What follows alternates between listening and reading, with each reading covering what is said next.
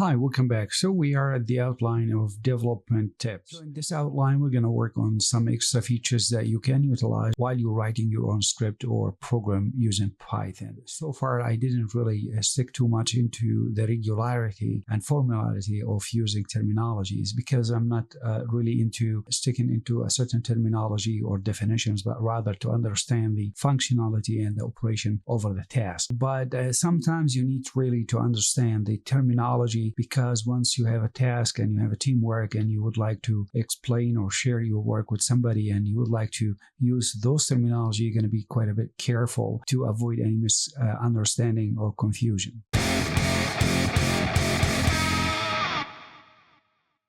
So first of all, we're going to start with an instant variable and class variable. So basically, if you would remember the basic way of creating class just by getting into the keyword class and say, for example, my class init function, which is basically is going to be invoked once I create instance of class. Now, basically this self.x and self.y, they are called instant variables. And why they are instant variables? Because create, for example, a var1, which is an instance of my class, and then expect me, of course, to pass the x and the y. And then I would have to create another instance, and let's call it var2, and again is asking me different values for x and y. So you could see that 3 and 5 and 6 and 5, these are called the instant variable, because if I would have to print, for example, the var1, the x, and then I var2.x, you will see the output of this returning exactly their own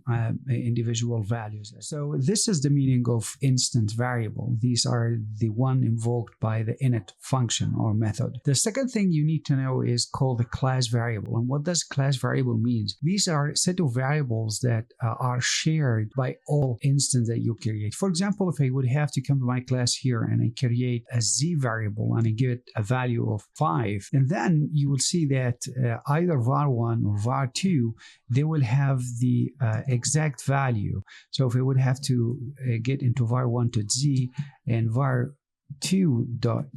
the value will be exactly the same between both of them. Now this variable is called a class variable, and if I would have to change it, the method that I could use is by getting to my class directly .z, and then I make a new assignment, for example, by 10. You could get the result of 10. But what if we want, after we created the var1, we want to get a var1 z to equal 4, and you get the result as you expected, that only the instant of var1 had changed the value of z. And if you want to see this is much better, if you want to run var1, the function that's print that, you will get result with the values that this instant is returning. For example, for the x, the value is assigned to 3, for the y is 5 as we had done here, and the z is 4. However, if I want to make the same exact thing for var2, is that you won't see the z here has been assigned because we didn't assign, so it just inherited the value as a class variable. So that was all about instance and class variable. Next, we'll be looking at methods as class method or static method or regular method.